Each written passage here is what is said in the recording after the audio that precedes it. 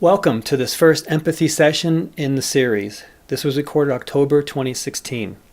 For context, please review the introduction to this series at some point.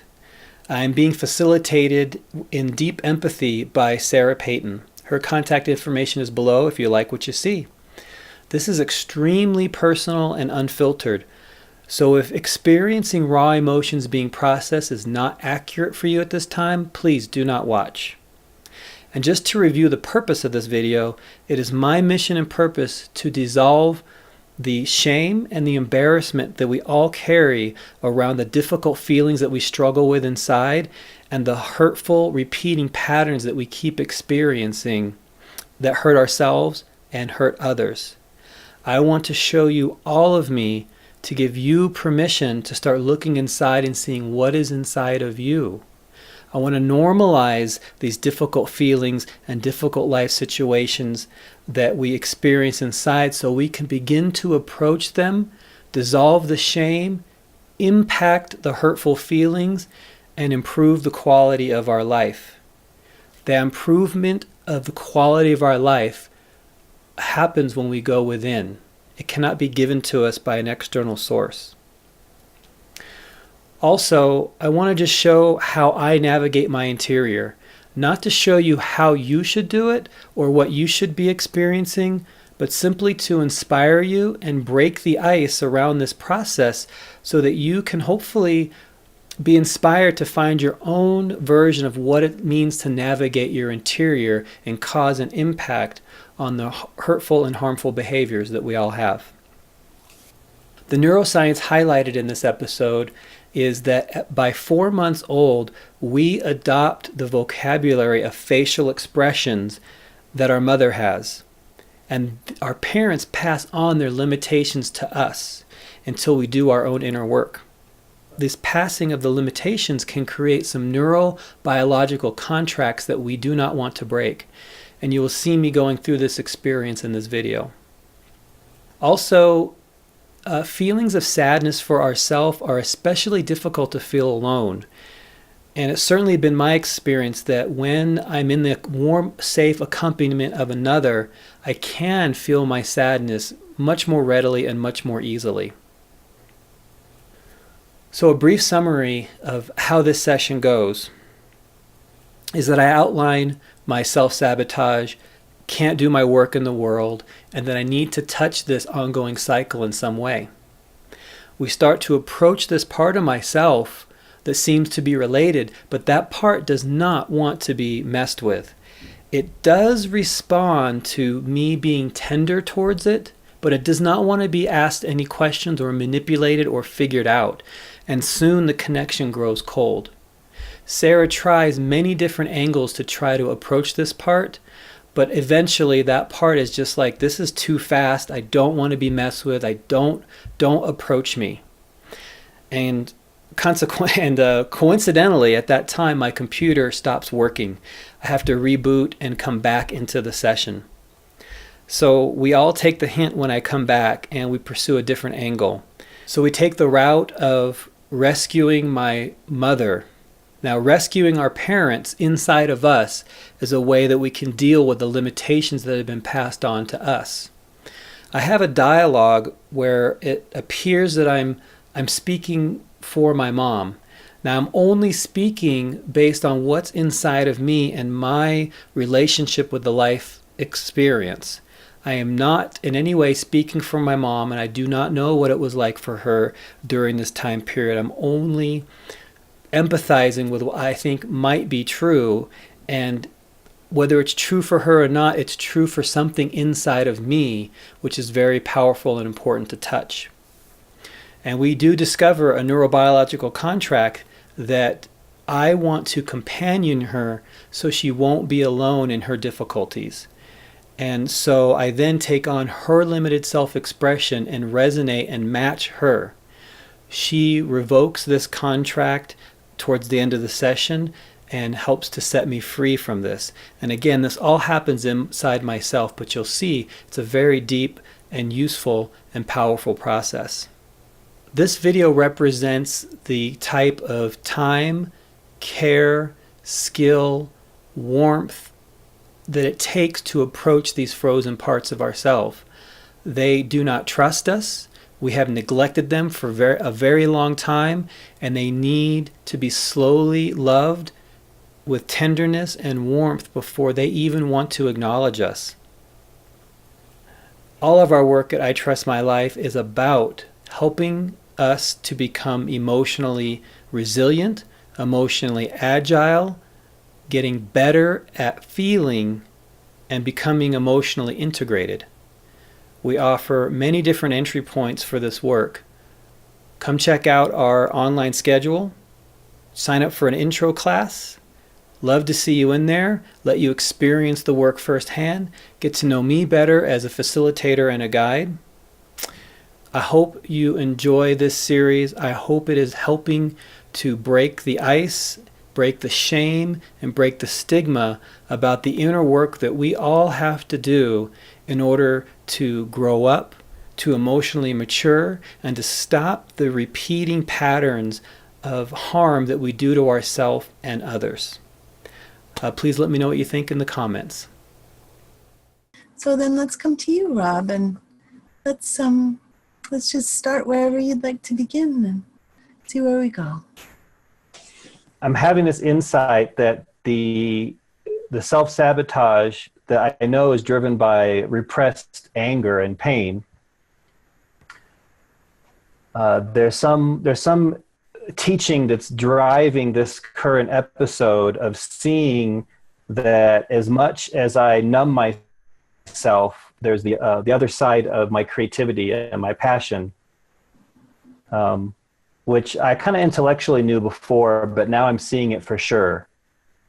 I'm seeing how I'm avoiding my personal work.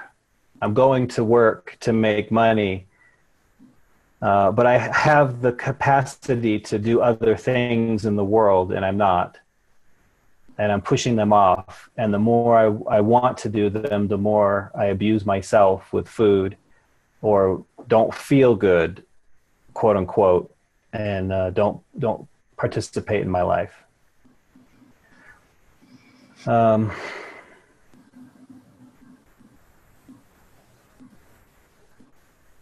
that's the ongoing cycle that I somehow need to touch in some way.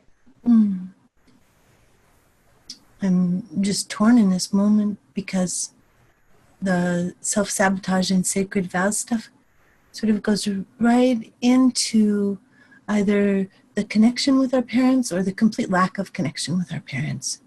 Mm-hmm. I think so. Then I would ask you some questions about your parents and your family's history. Would that be okay with you? Please. Okay. So tell me a little bit. You had said a little bit the last time we worked about being a little guy, and that there was a lot that was happening that wasn't very fun. But if you could just refresh me on the kind of the basic structure of your family and who was in it. Yeah, there was not a warmth or nurturing from the father figures. Uh-huh. There was my biological father was very rageful, uh-huh.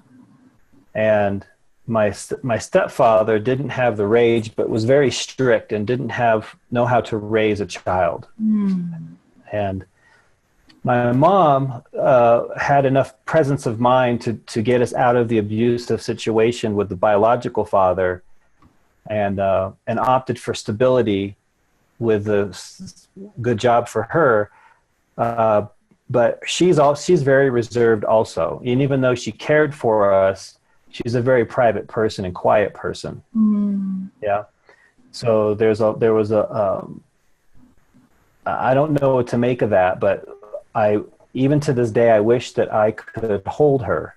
And I feel on my trip, she met my girlfriend for the first time.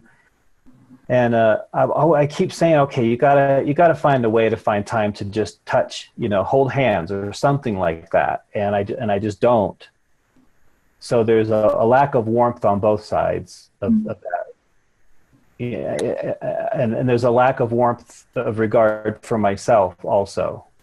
My mom wasn't allowed to wear shorts or dance I don't know if I said this last time, but I guess you're looking for a dynamic perhaps. And my dad was 16 and my mom was 14. They got married and had my brother when my mom was 15 and me when she was 18. So they just wanted out of their house situation because they both had religious, strict upbringings. Wow. So they just wanted out. Wow. And I was, and it was so my response to that, my brother's response to the environment was to be aggressive, and mine was to be very feminine and passive. Mm. And we got out of that situation, but yeah. Your connection with your dad after your mom got you out of the situation? We would go to visit, Mm. but the more significant connection I think in 2009 was the last time I saw him. I went to go visit him. Uh-huh. I could see, it was shocking because I could see how I thought I had done so much work on myself, and here I'm seeing a reciprocal anger in us. And tension and that kind of thing where you're either on or off. You're either working, or if you sit down, you fall asleep. Kind of thing. There's this intensity. Like, so at night we both would fall asleep watching TV, or if we're just sitting around in the afternoon with nothing to do, we both are tired and take a nap. And I can tell that I could just feel it palpable that there is just anger in the air that's making us tired. Wow. as a default. Wow. And that's how I kind of walk around life. Uh-huh. Yeah. So I don't know where to go with that, except for how I experience all that in my daily life is that I'm trying to approach expressing my gifts and talents publicly. And I've tried it before, and I just get tired. And I get overwhelmingly tired, or something happens, or I'm just too scared to approach it, and so I'll shut down in some way. I've already had a pizza and ice cream today. And dairy makes you fall asleep. Yeah, and the express purpose of eating those foods is to go numb. Yeah. So you had mentioned that you had a sense that your inner core had a numbness. Yeah. So let's start with empathy, and then we'll move to looking at some sacred vows. But if you look at that inner core of numbness, do you get any kind of visual? Do you get any color or shape or texture? It feels hard and impenetrable. Hard and impenetrable. Like a stone, or like some kind of thing inside. Mm-hmm. Yeah, so we'll just start with saying, inner core of numbness of Rob, are you frozen anger?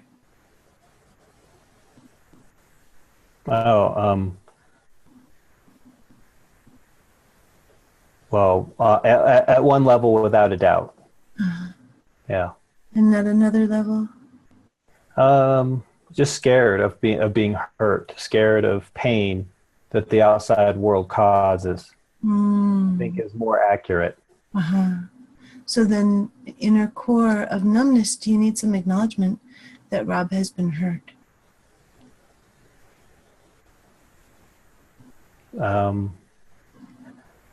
I don't know, but that would be a good place to start. Yeah. And what happens with that? Is it just still stone? What's happening with the visual?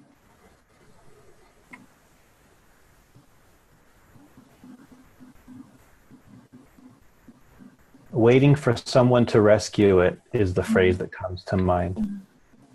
So then, frozen or numb and frozen inner core, would you like some gratitude for freezing and keeping Rob safe for all these years?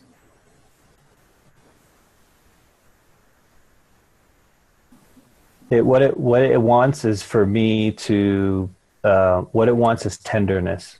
Oh, what a beautiful guess. How does it respond to you naming that? It's feeling that. It's feeling the tenderness. Yeah. Instead of intellectualizing what it wants. Yeah. Yeah. It needs companionship. It needs tenderness. Mm. Mm.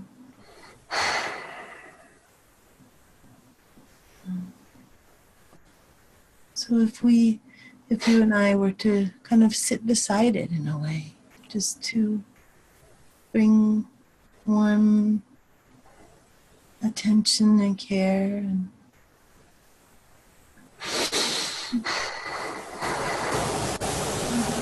The image is very touching. yeah, maybe we would say, would you like some shared reality that tenderness has been in very short supply? Yes, from myself to myself. Yeah. Yeah. It experiences acknowledgement from other people and tenderness from other people, but that has worn off its effect. Yeah. Over the last maybe 6 years or so. It's sees through that now, and it's not sufficient anymore. It really wants Rob to be able to turn toward it with. Yes. Yeah. Yeah. Yeah.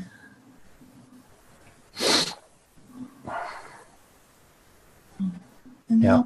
how is it for you to encounter this longing inside of yourself?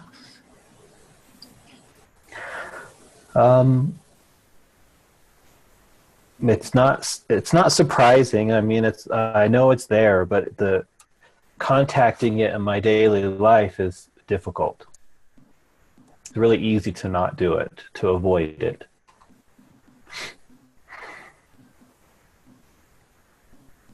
In this moment, as you're accompanied and we're doing it together, it's okay to be with it. Mm-hmm. Yeah. When you're not accompanied, you tend to just turn away from it. Yeah, there's something I don't want to feel inside, and so instead of feeling it, I've got other things to do. Mm. Which is funny because usually I'm the one helping other people feel things they don't want to feel, and I can't do it for myself very well. One of the hardest things to feel by ourselves is sadness. It's really something that's meant to be felt in community. Mm-hmm. It's really hard to feel alone. Yeah. Mm-hmm. I can agree with that. Yeah. And then in addition, it sounds like when you said, I would like to be able to hold my mother. Did I say that okay? Mm-hmm. Yes. It almost sounded like she might have some sadness that has never been held. I'm sure. Uh-huh. Yeah. It sounded like you had some tenderness for her and a little bewilderment about how to even express it. Yeah, I'd like more intimacy and closeness with my mom. Mm. I'm sure that there's something there. I can't put my finger on it. Yeah, yeah. I may have spoken about this before, but I think it's very important to speak about it again. By the time we're 4 months old, we change our vocabulary of facial expressions so that it is just the same as our mother's vocabulary of facial expressions. So, for example, if she doesn't go to tenderness, then we don't go to tenderness. If she doesn't go to warmth, we don't go to warmth. If she doesn't go to expressing sadness, then we stop having the facial expression of sadness. If she is not somebody who gets angry, then we change our facial expression so that it expresses something else besides anger. It's so vitally important for human babies to stay within what we could call the window of welcome for emotion that our mother has. and that we just do it, without any words, without punishment, just naturally. That's what our beings do. And then we continue to carry that, whatever that limitation of expression is, with us until we start to do the kind of work we're doing here to change it. So part of the experience of really wanting to bring warmth and intimacy to a relationship with a mom or with a parent, and not being able to do it, is already sort of knowing in ourselves that she doesn't go there easily. And it's almost like having to break some neurobiological contract to go where she won't go by herself. Yeah, it feels like a violation. Yeah, exactly. Yeah. So, but let's come back to the numbness, because we had sort of been exploring the word sadness, and you had said that that's really hard for you to do on your own also. Yeah. And so this inner core, how does it respond to that word sadness?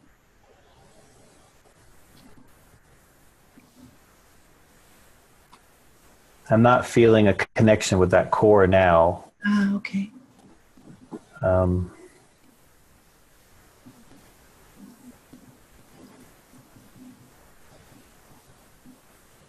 It's hard to explain, because when we get into when I can be with it, it matters. When I try to talk to it or ask it questions, it's not interested. It just kind of turns away. Yeah.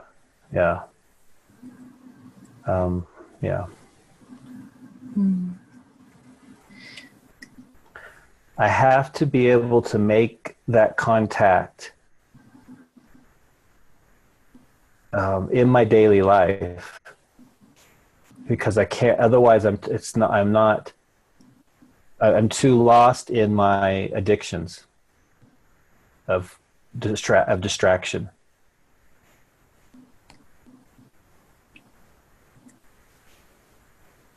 And I don't know what to do about it. Well, we can check first of all for what is the first layer of self-sabotage that you would like to know? That's a good idea.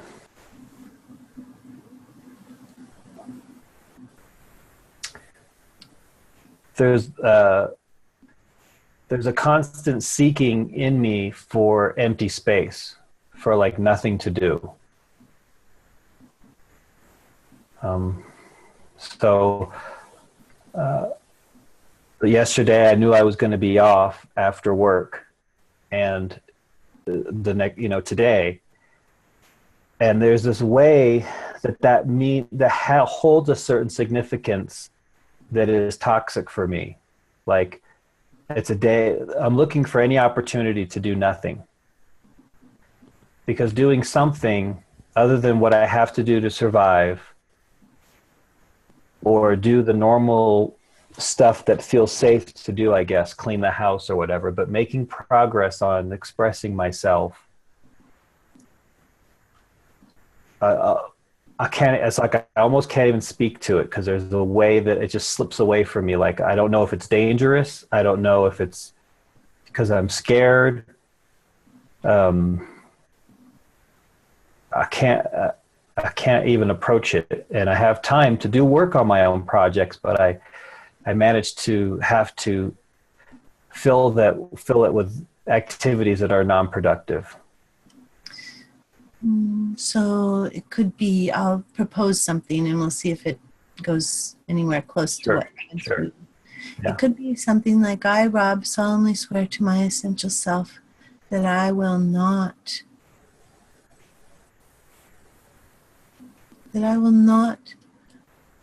reveal my heart. And in order to avoid ridicule and humiliation, and in order to survive. That's close, yeah. If you say it yourself, how does it come out? Something like, I, Rob, solemnly swear to my essential self. I, Rob, solemnly swear to my essential self that I will protect you from the life situations that you don't know how to handle, that are overwhelming.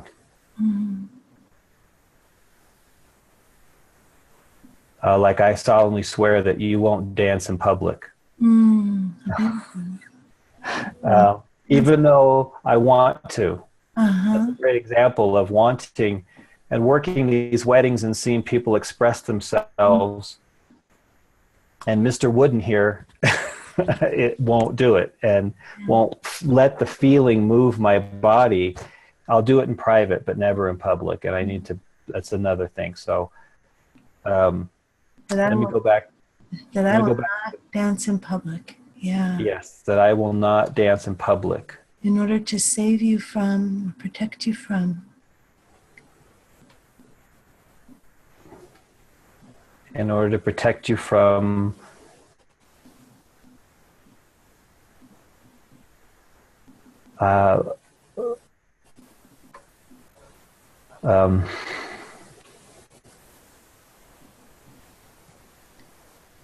not, I mean, embarrassment, yes, but the consequences of embarrassment. Death? Of being undesirable. Ah. Yeah. Being undesirable. Of being thought of as a foolish or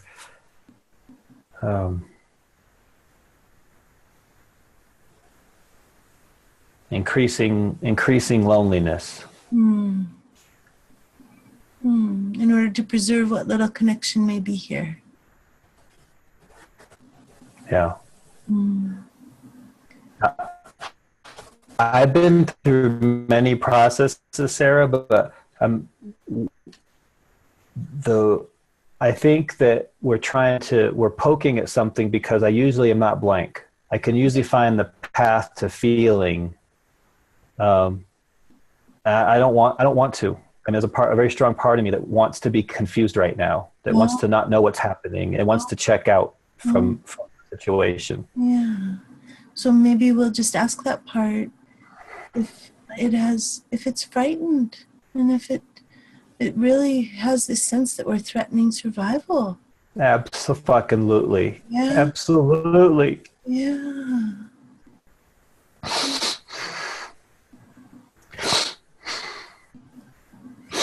It's completely irrational what you're saying, but it strikes deep feelings. It's not irrational at all, actually, but I won't go there for now. Yeah. Okay. Yeah. Yeah. Like I can't get it. I can't. No. It's like, don't go there. Don't do that. Right, don't do that. Don't go there. It's too dangerous. Yeah. Rob won't survive. Yeah. Yeah.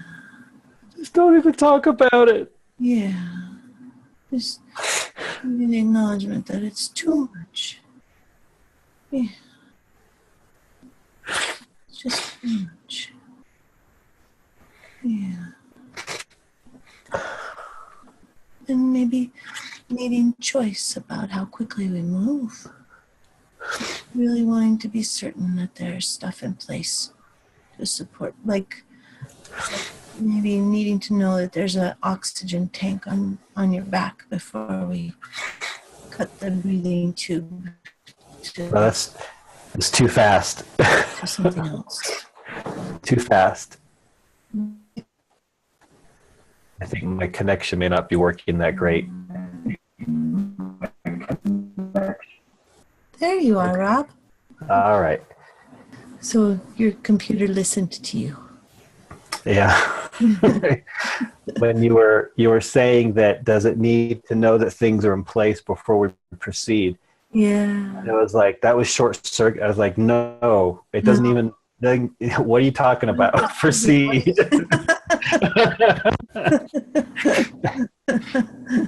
Yeah. Does it need choice and consent about doing this work at all? It doesn't.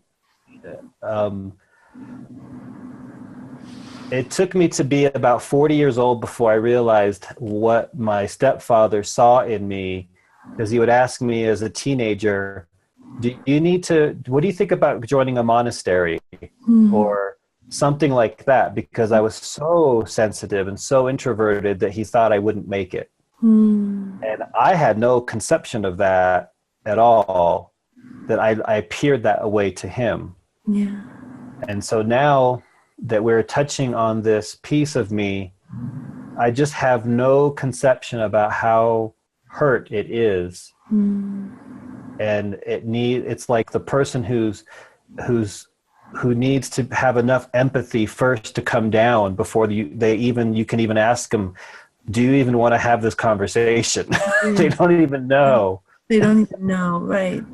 Right. This part of you then may need acknowledgement for the enormity of the hurt.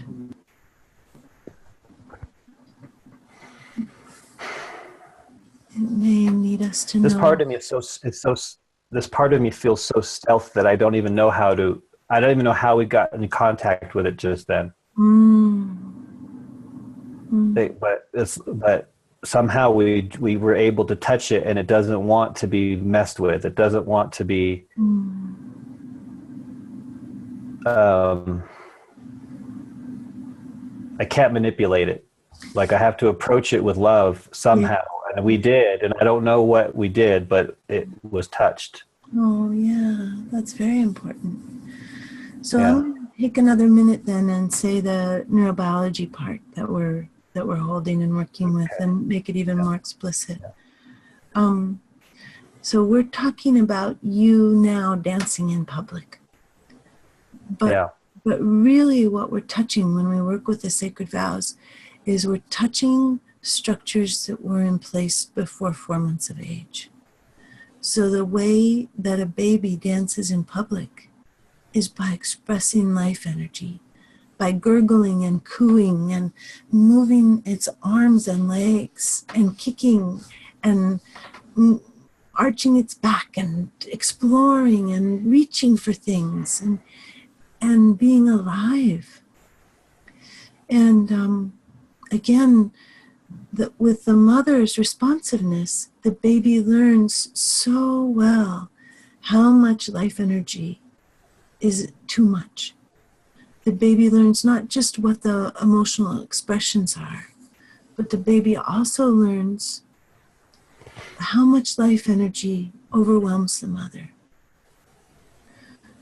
So part of what we're touching is whether the baby could dance and the mother could be responsive. And this is very deep and very old.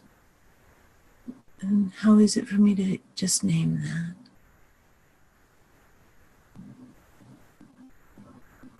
He would tell me stories about when he first got with my mom. And he was like 40 years old and she was like 23. She was looking for structure, and she found it, but she was so shy that, or I don't know what the word is, but he would say, well, we're going to go out to dinner, and what do you want to wear? And she would say, like, well, what do you want me to wear? And even though she was a dancer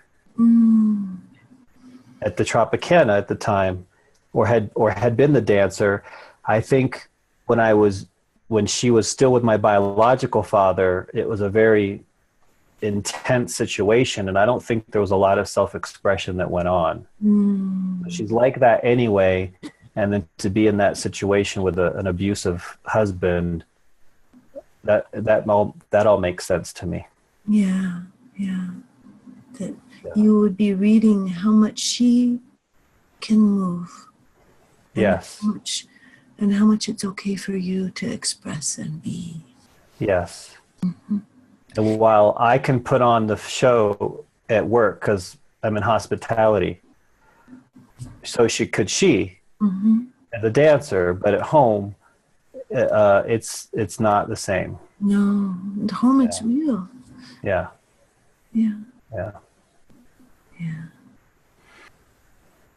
One way we can approach this is to do a kind of a a rescue where you step into your mother for me and we give empathy to your mother. This is one way to begin to work with that inner construct that we carry, that because we carry our parents' limitations, and we carry the ways that they've been traumatized inside of us. Mm-hmm. So if we were just going to step to, your mom, however things were before she got out of that first marriage with your dad. Mm-hmm. What's your sense of what's your mom's first name? Rose. Rose. So if we were to step through time and space to be with Rose, then we would, in doing this, what we need to do is we need to freeze your dad. We'll just freeze him so that Rose's environment is safe. I'm already feeling things emerge from that. Mm. And I would have to say, the first thing that emerges is what massive disappointment in thinking that she was escaping her parents. No shorts, no dancing, and now into this. That I feel heartbreak for her. I feel like, what did I do? And what a mistake, and what have I done? And so could we guess for her, Rose, are you so shocked and disappointed? Yeah. Is your heart broken? Were you so hoping to be able to create a different and better world for yourself and for your children? Yes. Mm-hmm. I'm interpreting for my mom. Is that right? Exactly. Yeah. Yes. But even deeper than that, I didn't know what to do with myself. Like shock. I didn't understand love. I didn't understand relationship, and I could feel certain things for Marty and could see a way out, and I went. Yeah. And I had no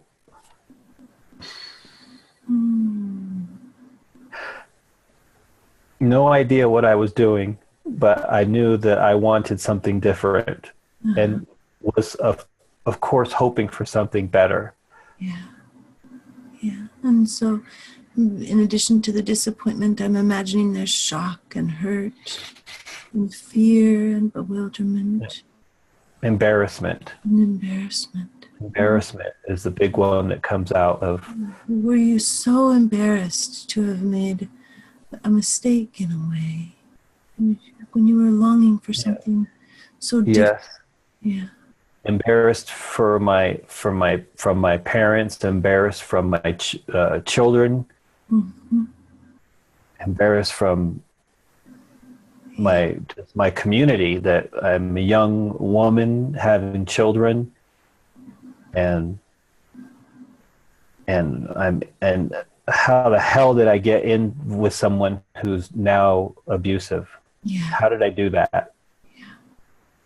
Shock and bewilderment to find yourself in this situation. Yes. Really wanting gentleness. Really, yes.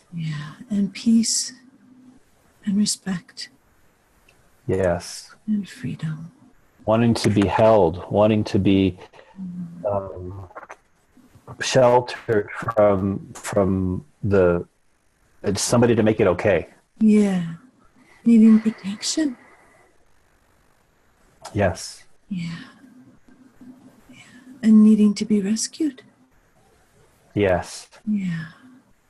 I needed to be rescued from my situation. There was a lot to take care of. Yourself and 2 babies. Rescued from my parents, and then rescued from my husband.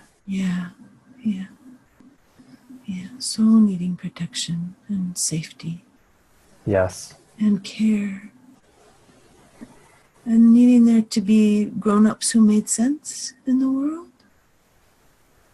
needing to be myself in the world. Needing to be yourself in the They'll make sense or they won't. I need to make sense to myself. I need to know myself. I need to, which by 45 she did. But it took her to her 40s to start to be herself, and everybody noticed. How's her body doing in your imagination of her? What's happening? That story being told, it feels like it's really good to tell that story. I've never told it in that way and put myself in her shoes or connected with her essence in that way, or her situation. And it feels like there's a open channel and some kind of space inside of me from connecting to that. Thank you very much. So just since we got that openness, I'd like to come back to a possible sacred vow. Yes. And that would be in connection with your mom. So it would be something like, I, Rob, solemnly swear to you, my mother, that I will not dance in public. And then, it's in order, then you'll tell us if it's in order to protect her or honor her or save her.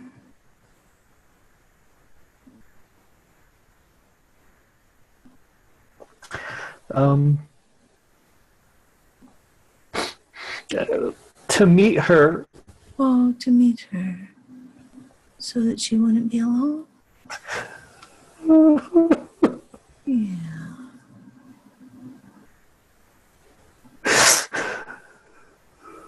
To companion her in some way. Yes. Yes.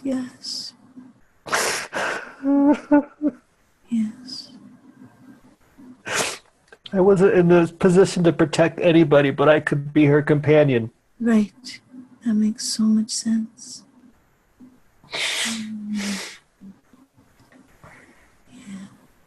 Yeah. And if we had Rose here a moment ago, and if we just invite her back, we want to find out how she likes this vow. Do you have a sense that we can ask her?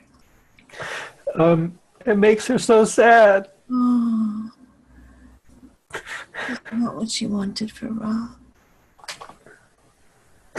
Although she understands it, it makes her so sad because she wants me to blossom. Yeah, so I'm going to let her know, Rose, you get to revoke this vow and refuse this contract if you would like. You get to tell Rob, I revoke this vow and I refuse this contract. What she would say is, you're so loving, and I so appreciate that your love, and I understand what you have been doing, and you can let that go because I am my own person now, and I don't need that kind of companionship. I would want you to be free. So I let you go of any obligation to be my resonant partner so that I'm not alone in that way, because now you're alone in that way, and I am not that way anymore, and I don't need that anymore. I think that's what she's... What a beautiful thing for her to say. And how is it to be you and receive that? How is it to be Robin to receive that? I don't know. You could just take your time and it's like... So an acknowledgement of that whole resonant companionship.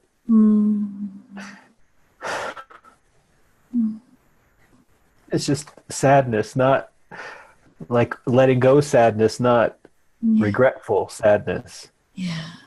Yeah.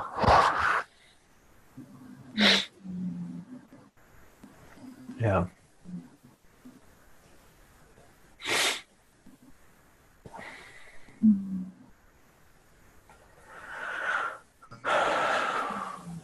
Like like a realization sadness. Yeah.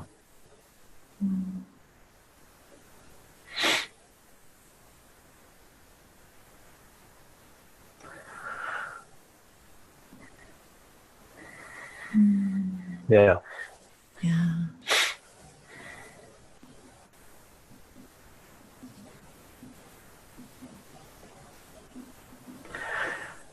I am feeling the appreciation from my mom for that and the request to be free.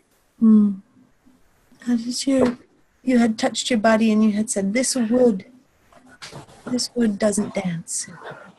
Oh, Do you remember? Did I say that right? I'm sure I did. Yes.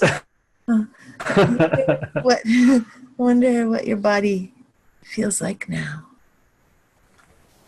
I feel more open and more loose, and I can breathe a little better and feel more present. I don't think I'm ready to dance for everybody, but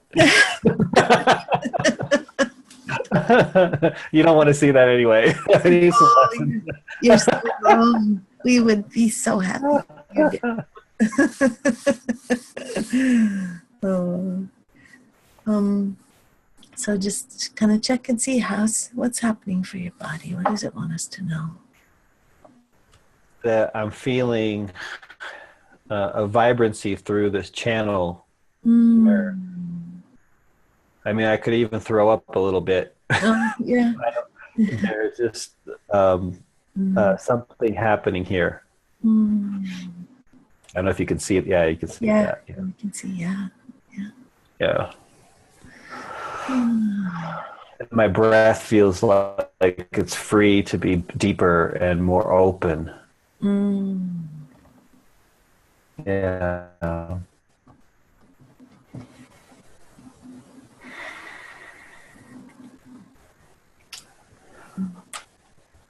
Yeah. And I'm grateful for making that contact. Very grateful.